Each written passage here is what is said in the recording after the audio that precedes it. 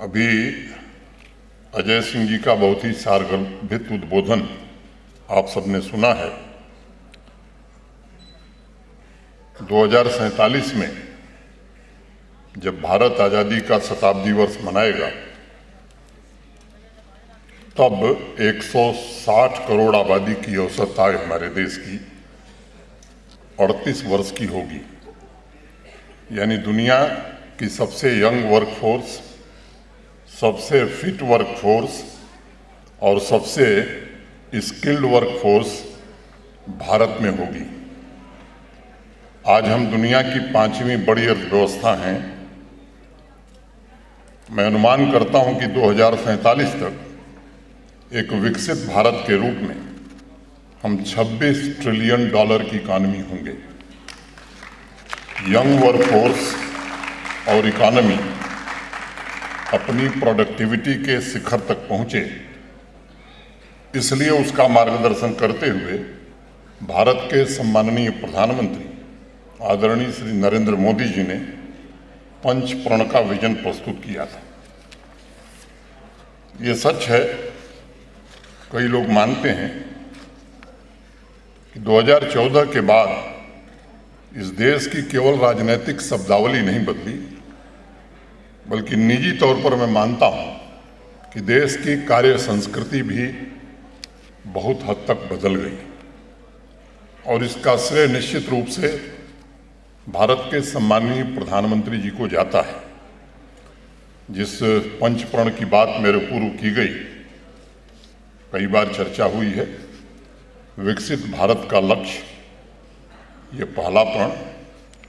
दूसरा, गुलामी के हरंस से मुक्ति। तीसरा, अपनी विरासत पर गर्व करना। चौथा, एकता और एकजुटता। और पांचवा, नागरिकों में कर्तव्य की भावना। प्रधानमंत्री जी ने इन संकल्पों पर सामूहिक शक्ति एवं सामर्थ्य को केंद्रित करके पूर्वजों के सपने को पूरा करने का आह्वान किया था। अमृत यात्रा में यह पंच प्रण ऐसे हैं जैसे प्राण ऊर्जा के 5 भिन्न भिन्न रूप होते हैं। प्राण ऊर्जा के 5 भिन्न भिन्न रूप: प्राण, अपान, समान, उदान और व्यान। जिस प्रकार पांचों प्राण ऊर्जा व्यक्ति को संगठित रखती है, उसके शरीर को गति और शक्ति देती है, उसे अस्तित्व के साथ एक ऑर्गेनिक यूनिट में बांध कर रखती है, मैं मानता हूं कि उसी प्रकार पंच प्रण 140 करोड़ भारतवासियों की सामूहिक ऊर्जा से, उनके पुरुषार्थ से निर्धारित लक्ष्यों को जरूर प्राप्त करेगा, ऐसा मुझे पूरा भरोसा है। आज के इस कार्यक्रम के मुख्य वक्ता श्री अजय सिंह जी ने पहले प्रण यानी विकसित भारत के लक्ष्य की चर्चा की। उन्होंने विकसित भारत एवं सामान्य जन के आशाओं आकांक्षाओं पर बहुत ही सारगर्भित एवं मैं कहूँ कि बहुत रोचक विचारों द्वारा अनेक आयामों से हमें परिचित कराया है। मैं विकसित भारत की यात्रा में जम्मू कश्मीर की ऊर्जा पर कुछ विचार आपके समक्ष रखना चाहूँगा, लेकिन उसके पहले मैं पंच प्रण यानी 5 संकल्प के संबंध में संक्षेप में कुछ बातें करना चाहता हूँ। मैं मानता हूं कि प्रण या संकल्प सृष्टि का सबसे पहला शब्द है। और अगर उपनिषद में आप जाएंगे, छांदोग्य उपनिषद में, तो उसमें इस बात का जिक्र मिलेगा, जब ईश्वर ने सृष्टि की रचना की तब पहला संकल्प क्या था? एकोहम बहुश्याम, एक से अनेक होने का संकल्प। और उस संकल्प में प्रार्थना भी है और आस्था के साथ पूरा समाज मिलकर समृद्धि का प्रयास करे, ये बात भी कही गई है। और आप ध्यान करिए, महाभारत काल का कुरुक्षेत्र में जब अर्जुन संशय में थे तो उन्होंने भगवान श्री कृष्ण से यही सवाल किया था, मैं अपने जीवन में लक्ष्य कैसे प्राप्त कर सकता हूँ? भगवान श्री कृष्ण ने कहा कि बिना भय के संकल्पबद्ध होकर वर्तमान के लक्ष्य को प्राप्त करो और निडर होकर आगे बढ़ो। और इसलिए मैं मानता हूं कि संकल्प जीवन यात्रा की असली कुंजी है। कबीरदास ने भी कहा, एक साधे सब साधिया, सब साधे एक जाए, जैसे सींचू मूल को फूले फले अघाए। अगर मन में संकल्प साध लिया तो बाकी यात्रा अपने आप बहुत आसान हो जाएगी। आदरणीय प्रधानमंत्री जी ने देश को 5 संकल्प के साथ सफलता को मापने का मैं मानता हूं कि एक नया पैमाना भी दिया है, और ये नया पैमाना है विकास एवं विरासत का संतुलन। आज इस कार्यक्रम में बहुत से विद्यार्थी भी उपस्थित हैं, और इसलिए मैं खास तौर से उनसे कहना चाहूँगा कि अगर हमें विकास के शिखर को छूना है तो विरासत की जड़ों को और गहरा करना होगा। यह विरासत मूर्त और अमूर्त, टेंजिबल और इनटेंजिबल दोनों है। आप में से अनेक लोगों ने ध्यान दिया होगा कि जिस पेड़ की जड़ गहरी होती है, पेड़ उतना ही वृद्धि करता है, ग्रो करता है, क्योंकि प्राण शक्ति पेड़ में नहीं बल्कि उसकी जड़ों में होती है। एक घटना, एक कहानी मुझे याद है। एक बड़े पुराने संत थे जो इंडोनेशिया की यात्रा पर गए थे। वहाँ एक दिन टहलते हुए एक पार्क में गए। उनके साथ एक स्थानीय नागरिक थे, उनके मित्र हो गए थे। उन सज्जन ने 10 फुट के तपांग प्रजाति के पेड़ दिखाते हुए उनसे कहा कि इन पेड़ों की उम्र लगभग 30-40 साल की है। संत बड़े हैरान हुए, क्योंकि तपांग पेड़, जिसे कई स्थानों पर तुआलांग भी कहते हैं, वो काफ़ी लंबे होते हैं और सामान्य तौर पर 35-40 फीट की ऊंचाई पर वो छाते की आकृति जैसी शाखा बनाते हुए दिखाई पड़ता है। संत ने कहा कि भाई, यह पेड़ तो बहुत ऊंचे होते हैं, लेकिन इस पार्क में इतने छोटे कैसे रह गए? तब उनके जो मित्र थे उन्होंने कहा कि माली इस पेड़ की जड़ों को काटते रहता है, वह जड़ों को नीचे गहरे में जाने का अवसर ही नहीं देता, जिससे जड़ें छोटी रह जाती हैं और पेड़ बढ़ नहीं पाता है। पेड़ को ऊपर उठाने की पहली शर्त है कि जड़ों को नीचे गहराई में जाना होगा। एक वृक्ष के पेड़ के बढ़ने के लिए जिस तरह प्राण शक्ति जड़ों में है, उसी प्रकार समाज एवं राष्ट्र की प्राण शक्ति नागरिकों में होती है, व्यक्तियों में होती है। और अगर हम एक व्यक्ति की शक्ति को ढूंढें तो वह उसके विचार एवं कर्म में ही केंद्रित होती है। इसलिए नई पीढ़ी को, खास तौर से हमारे विद्यार्थियों को, विचार की जड़ों को और मजबूत और गहरा करना होगा, ताकि कर्म रूपी वृक्ष अपने शिखर पर होने की संभावना को प्राप्त कर सके। विकास और विरासत के इस गहरे संबंध द्वारा ही हम समाज एवं राष्ट्र को समृद्ध बना सकते हैं। इन्हीं संबंधों के आधार पर अगस्त 2019 में जम्मू कश्मीर में एक नई यात्रा शुरू हुई माननीय प्रधानमंत्री जी के नेतृत्व में। नई यात्रा मैं इसलिए कहता हूं क्योंकि पहली बार भेदभाव से मुक्त होकर जम्मू कश्मीर ने अपने सामर्थ्य को पहचाना था। समाज में विकास की आकांक्षाएं पनपी थीं और नए संकल्प के साथ 1.25 करोड़ से ज़्यादा नागरिकों ने नई दहलीज पर कदम रखा था। ऋग्वेद में एक बात कही जाती है, यो देवाना नाम मथा एक एव। रूपांतरण तभी संभव है जब ऊर्जा समूह रूप में चले। 5 अगस्त 2019 के पश्चात जम्मू के नागरिकों की सामूहिक ऊर्जा का रूपांतरण प्रारंभ हुआ। समाज में गति और चेतना नए प्रकार से आई। पंथ परंपरा से अलग हटकर पूरे समाज में एकता की भावना विकसित होने लगी और लोग लक्ष्य पाने में जुटने लगे। राजनीति शास्त्र में सबसे बड़ा मूल्य है नैतिक एवं विकास उन्मुख समाज। देश के अलग अलग हिस्सों में जहां भी लोगों की आकांक्षाएं साकार हुई हैं, वहाँ समावेशी एवं सर्वस्पर्शी विकास आधार बना है।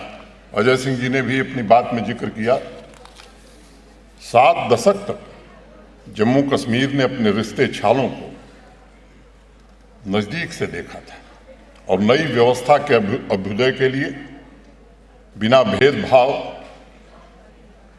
ऐसे कानून जो भेदभाव पैदा करते थे, पुरानी कुरीतियों को दूर जिन कानूनों से किया जा सकता था, मानवीय मूल्यों को सर्वोपरि रखते हुए शरणार्थी, वाल्मीकि, सफाई कर्मचारी, गोरखा समुदाय, बहनें, इन सब में आशा की, आकांक्षा की और उनके सपनों की एक नई किरण दिखाई पड़ी और एक नई व्यवस्था स्थापित होने लगी। आदिवासी समाज के वे तमाम बंधु, देश भर में उन्हें पता नहीं कब अधिकार मिल गया था। राज्य के अन्य नागरिकों की तरह इन्हें भी समान अधिकार मिला। कृत संपदयते चरण, पूरा समाज पहली बार एक होकर चल पड़ा। और मैं समझता हूं कि अगस्त 2019 के बाद एक भारत श्रेष्ठ भारत एवं सबका साथ सबका विकास की भावना से जम्मू कश्मीर में शांति, समृद्धि तथा जन सामान्य की आशाओं और आकांक्षाओं को पूरा करने के लिए प्रयत्न प्रारंभ हुआ है। इस विकास यात्रा के 4 महत्वपूर्ण पहलू मैं मानता हूं। विकास और विरासत का संतुलन, प्राण ऊर्जा का संगठन यानी एक भारत श्रेष्ठ भारत का सशक्तिकरण, नैतिक एवं विकास उन्मुख समाज, और चौथा सामाजिक रूपांतरण द्वारा सशक्तिकरण या एम्पावरमेंट। ये 4 पहलू ऐसे हैं जिन्होंने जम्मू कश्मीर को अतीत से बाहर निकाला है और उसका पुनर्निर्माण सुनिश्चित करने की दिशा में कदम आगे बढ़ाया है। एक अमेरिकन टीचर थे लियोनार्ड स्वीट, वो कहते थे कि भविष्य वह नहीं है जिसमें हम प्रवेश करते हैं, बल्कि भविष्य वह है जिसे हम स्वयं निर्मित करते हैं।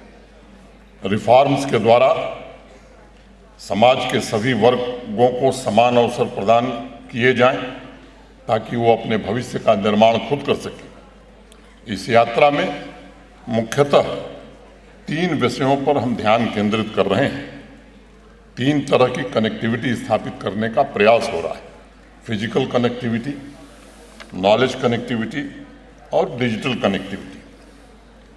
ऐसे ठोस आर्थिक नींव की स्थापना करने की कोशिश की गई है जिससे सार्वजनिक वस्तुओं, सेवाओं, बुनियादी ढांचे जैसे सार्वजनिक परिवहन, शिक्षा, बिजली, पानी तक सबकी पहुंच समान रूप से सुनिश्चित की जा सके। एक समय था, और बहुत पुरानी बात नहीं है, एक साल में 20 लाख ही ट्रांजैक्शन यहाँ रिकॉर्ड किए जाते थे, और ये 2.5 साल पहले की बात मैं बता रहा हूँ। और आज मित्रों जानते हैं 19 लाख ई ट्रांजैक्शन प्रतिदिन जम्मू कश्मीर में हो रहा है। शायद कर्नाटक जैसे बड़े राज्य जिसको हम सिलिकॉन वैली के नाम से जानते हैं, इस मामले में हम उनको भी पीछे छोड़ चुके हैं। बगल का जिला है सांबा। गांव में रहने वाला किसान, या मैं कहूँ एक दिन मैं वहाँ गया था तो मजदूर भी अभी ट्रांजैक्शन करने लगा है। 3 वर्ष से कम समय में, मुझे याद है वो तारीख, मैं बार बार इस बात को दोहराता हूँ, 28 अक्टूबर 2020, वो अक्टूबर का अंतिम शुक्रवार, श्रीनगर में मैं था। मेरी आंखों के सामने 217 ट्रकों में फाइलों का बोझ लद करके श्रीनगर से रवाना हो रहा। उस समय के मुख्य सचिव BR सुब्रमण्यम से मैंने पूछा ये क्या है, तो उन्होंने कहा साहब ये दरबार मूव हो रहा है। हमने ट्रक पर क्या लदा है, तो उन्होंने बताया कि ये फाइलें जा रही। और जब मई में हम लोग जम्मू से श्रीनगर गए तो एक भी ट्रक वापस नहीं गई थी।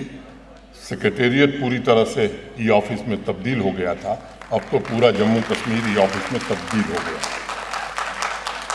एक अच्छी डिजिटल सोसाइटी के रूप में हम उभर कर डिजिटल इंडिया के संकल्प के साथ जुड़े हैं और ई गवर्नेंस की रैंकिंग में जम्मू कश्मीर यूटी की श्रेणी में 3रे स्थान पर है, और अगर राज्यों को जोड़ लें तो हम देश में तीसरे स्थान, यूटी की श्रेणी में नंबर 1, और राज्यों को जोड़ लें तो we are number 3।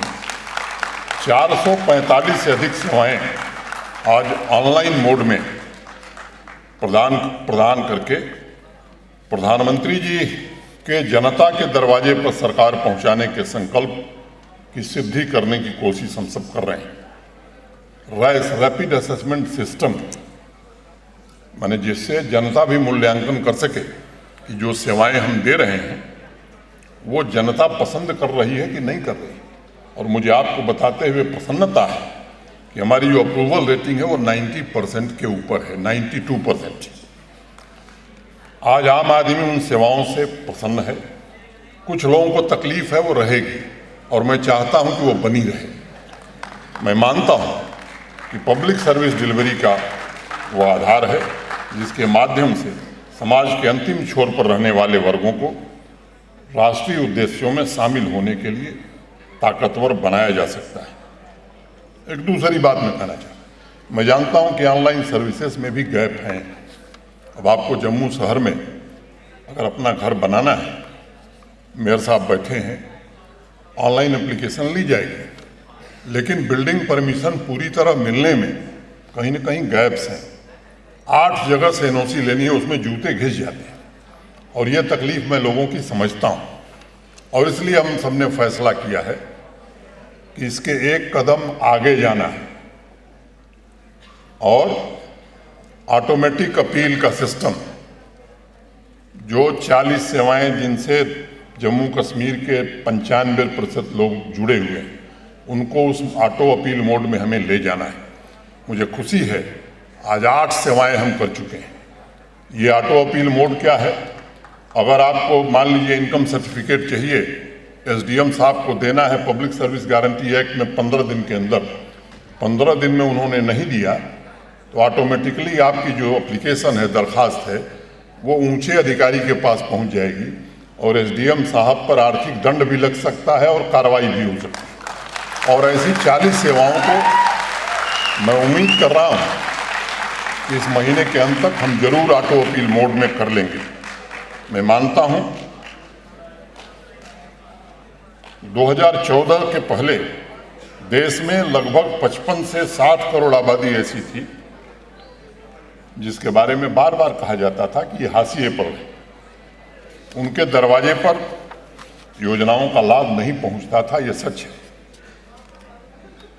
Rajiv Gandhi ji जब देश के प्रधानमंत्री थे तो कहा भी उन्होंने कि 1 रुपया भेजते हैं यहाँ से तो गांव जाते जाते वो 15-16 पैसे पहुंचता है।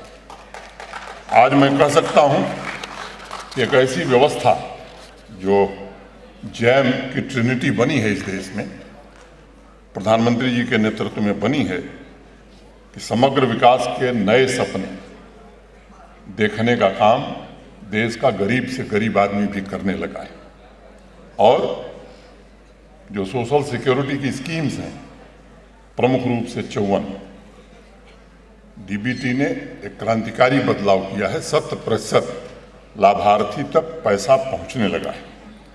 ये जो व्यवस्था स्थापित हुई देश में, जम्मू कश्मीर में भी इस व्यवस्था के अंतर्गत मैं कहूं कि संतृप्त करने का काम लगभग हम लोगों ने पूरा कर लिया है। अगर मैं ट्रांसपेरेंसी की बात करूं, पारदर्शिता की, तो आज जम्मू कश्मीर में जो व्यवस्था है, मैं दंभ में नहीं विनम्रता से बात कहना चाहता हूं कि देश के किसी भी राज्य में जो ट्रांसपेरेंसी के हाईएस्ट मानदंड हो सकते हैं, जम्मू कश्मीर किसी से पीछे नहीं है। ये मैं बहुत विनम्रता से कहना चाहता हूं।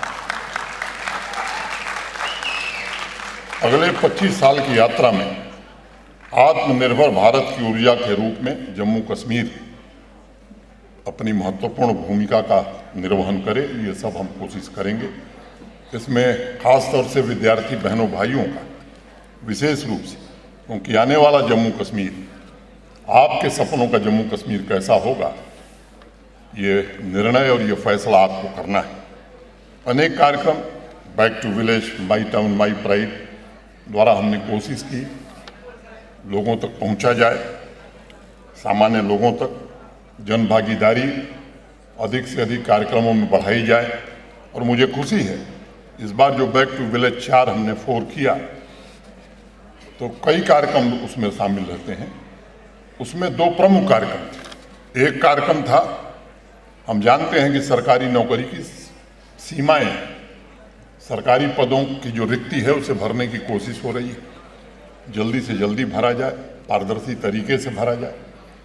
लेकिन सबको सरकारी नौकरी नहीं दी जा सकती, ये सच्चाई है।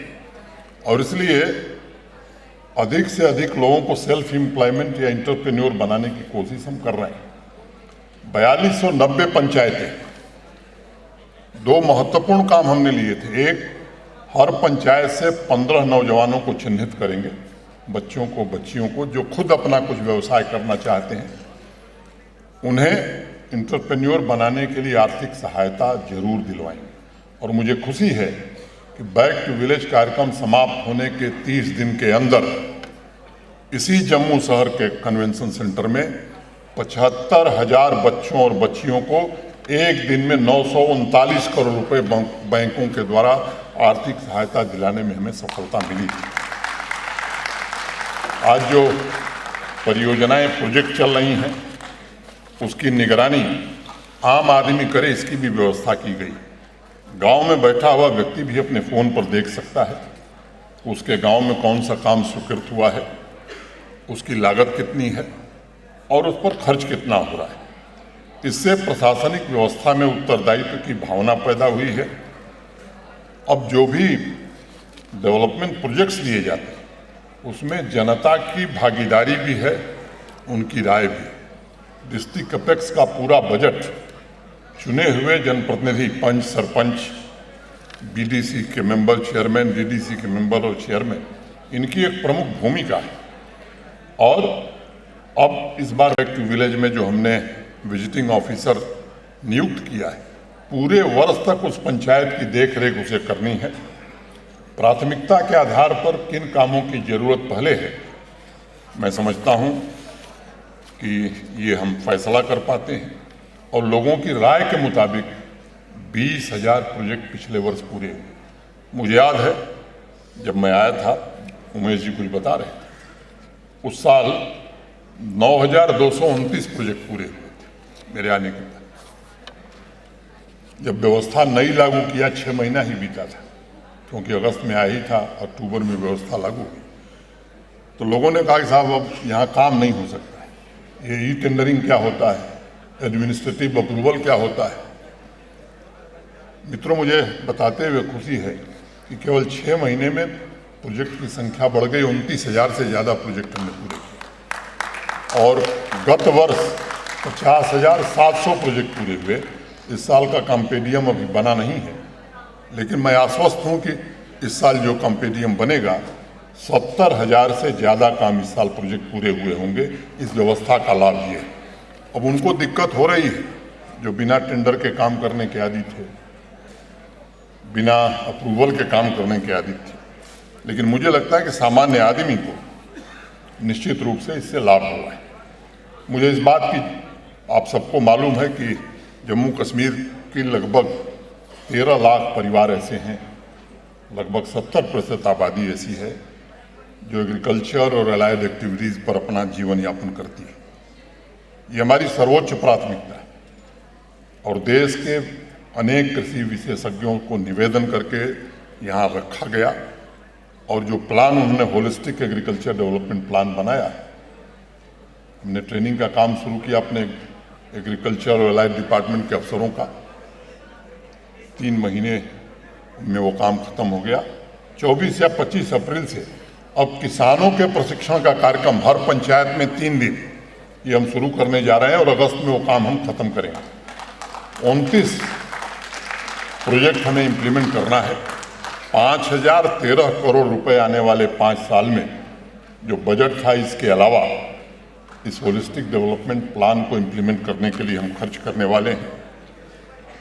कृषि आमदनी में देश के 5 राज्यों में हम आ गए और मैं आश्वस्त हूं कि इन परियोजनाओं के पूरे हो जाने के बाद, इस 29 इंटरवेंशंस के बाद देश के टॉप 2 फार्मर इनकम स्टेट में जम्मू कश्मीर जरूर होगा।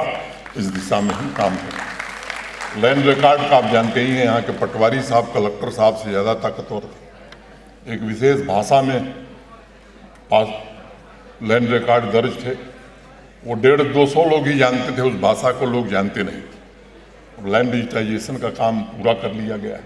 जो रिग्रेसिव कानून थे उन्हें बदल दिया गया है। अभी और भी कुछ है, उन्हें भी बदलने की कोशिश कर रहे हैं, जल्दी बदल देंगे। हिंदी, अंग्रेजी और उर्दू 3 भाषाओं में लैंड पासबुक लोगों को उपलब्ध करा दिया गया है। सरकारी जमीन और शामिलात जमीन पर अनेक लोगों ने कब्जा करके रखा हुआ था। 6 लाख कैनाल जमीन खाली कराई गई। कुछ लोग बचे हैं, वो सोच रहे हैं कि शायद ये अभियान बंद हो गया है। मैं आपके माध्यम से कहना चाहता हूँ कि जो गरीब आदमी, जिसके पास रहने के लिए घर नहीं, जिसके पास खाने के लिए साधन नहीं, उसकी पॉलिसी हम बना रहे हैं। ये काम माननीय न्यायालय के आदेश से हुआ है।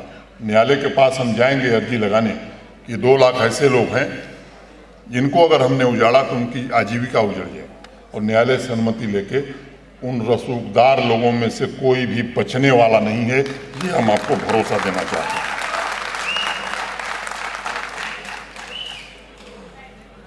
ये सेल्फ हेल्प ग्रुप की संख्या में काफ़ी वृद्धि हम लोगों ने की है। 6 लाख बहनें आज जम्मू कश्मीर के आर्थिक विकास में अपना योगदान दे रही हैं। इन सभी नीतियों के इफेक्टिव इम्प्लीमेंटेशन में के कारण मैं समझता हूं कि एक एस्पिरेशनल सोसाइटी का जन्म हुआ है।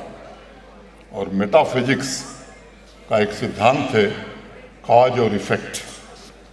इससे जुड़ते हुए मैं मानता हूं कि अगर ईमानदार नीतियों का इम्प्लीमेंटेशन सही तरीके से हो तो उसका परिणाम जल्द दिखाई पड़ता है।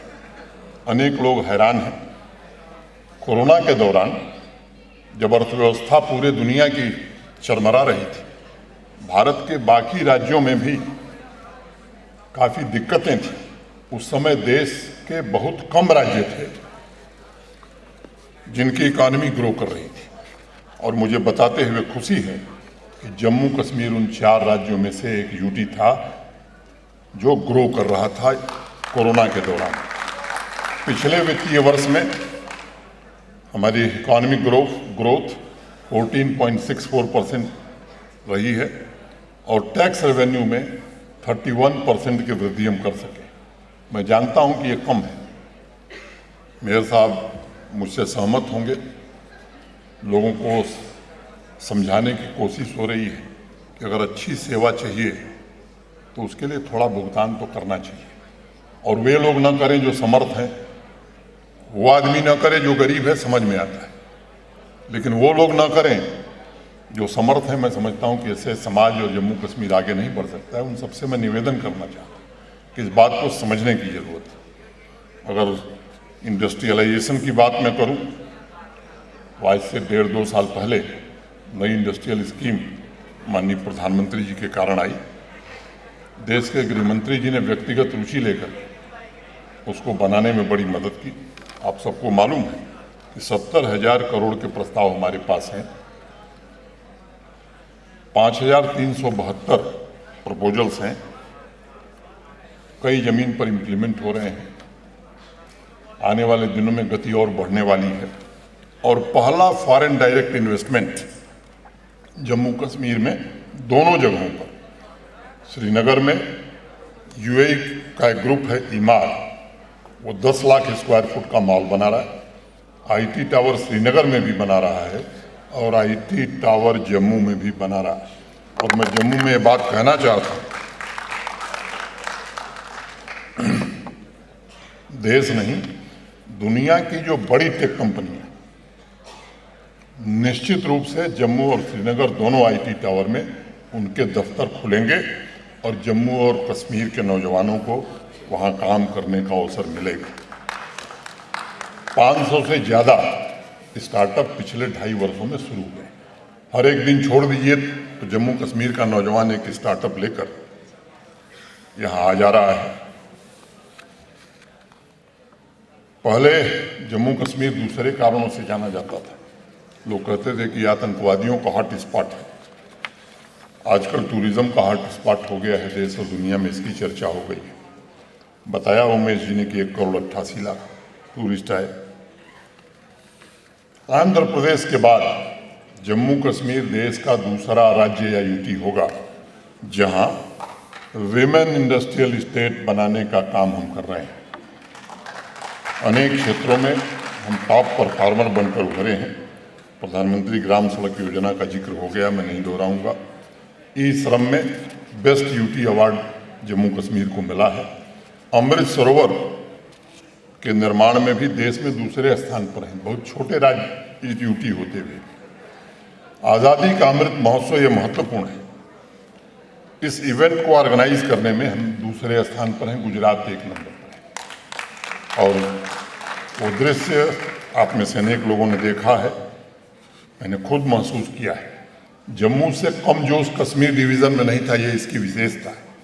वो स्थान, चाहे वो पुलवामा हो, त्राल हो, शोपियां हो, जो दूसरे कारणों से जाना जाता था। 10,000 से ज़्यादा नौजवान हाथों में तिरंगा लेकर पुलवामा की सड़कों पर भारत माता की जय का नारा लगा रहा था। ये जम्मू कश्मीर में पहली बार हुआ। Ease of living Jammu Kashmir top performer की लिस्ट में है। सिटीजन कैटेगरी में हम पूरे देश में 5वें नंबर पर हैं। स्वामित्व स्कीम में हम देश के पहले यूटी और राज्य हैं जिसने प्रॉपर्टी कार्ड डिस्ट्रीब्यूशन शुरू कर दिया है, और श्रीनगर में तो सैचुरेशन हो गया। सस्टेनेबल डेवलपमेंट गोल के अचीवमेंट में हम फ्रंट रनर कैटेगरी में हैं। District good governance, panchayat development index, aspirational block, aspirational panchayat जैसे गुड गवर्नेंस के जो इनिशिएटिव हैं, मैं समझता हूं कि हम पहले यूटी हैं पूरे देश में जिन्होंने ये काम शुरू किया है। हेल्थ के जितने 10 पैरामीटर्स नेशनल एवरेज से हम बेहतर प्रदर्शन कर रहे हैं। और अगर स्पोर्ट्स में युवा को कैरियर प्रदान करने की बात, माई यूथ माई प्राइड, मेरा युवा मेरी शान, ये कार्यक्रम हमने शुरू किया था। और मुझे खुशी है कि 50 लाख से ज़्यादा नौजवानों ने पिछले वर्ष स्पोर्ट्स की गतिविधियों में पार्टिसिपेट किया है। और इस साल का लक्ष्य हमने रखा है कि 70 लाख लोग खेलों में हिस्सा लेंगे। मैं प्रधानमंत्री जी के प्रति आभारी हूँ जिनके कारण जम्मू कश्मीर का स्पोर्ट्स इंफ्रास्ट्रक्चर देश के किसी राज्य से बेहतर हम बना सके हैं। यह एस्पिरेशनल जम्मू कश्मीर का उदाहरण है जो इकोनॉमिक डेवलपमेंट को नया आकार देना चाहता है। और अमृत यात्रा में डेस्टिनेशन जम्मू कश्मीर राष्ट्र की प्रगति में सामर्थ्य एवं गति दोनों का महत्वपूर्ण योगदान हो, इसकी कोशिश करेंगे। अब बात समाप्त करूं, इसके पहले मैं प्रधानमंत्री जी के 5वें प्रण के संक्षेप में चर्चा करूंगा। नागरिकों का कर्तव्य। प्रधानमंत्री जी ने कहा था कि हमें कर्तव्य पर ज़्यादा बल देना होगा। मैं समझता हूं समाज एवं शासन का कोई भी वर्ग कर्तव्य से विमुख नहीं हो सकता। हर नागरिक अपने कर्तव्यों को निभाएगा। प्रशासन का हर व्यक्ति अगर अपने कर्तव्यों को निभाएगा तभी संकल्पों की सिद्धि हो सकेगी। और हमारे कर्म सेल्फ सेंटर्ड नहीं होने चाहिए, बल्कि दूसरों की सेवा की धारणा, दूसरों की सहूलियत और समाज के सामूहिक विकास के प्रति हमारी प्रतिबद्धता ये होनी चाहिए। मैं समझता हूँ ये बड़ा आवश्यक है।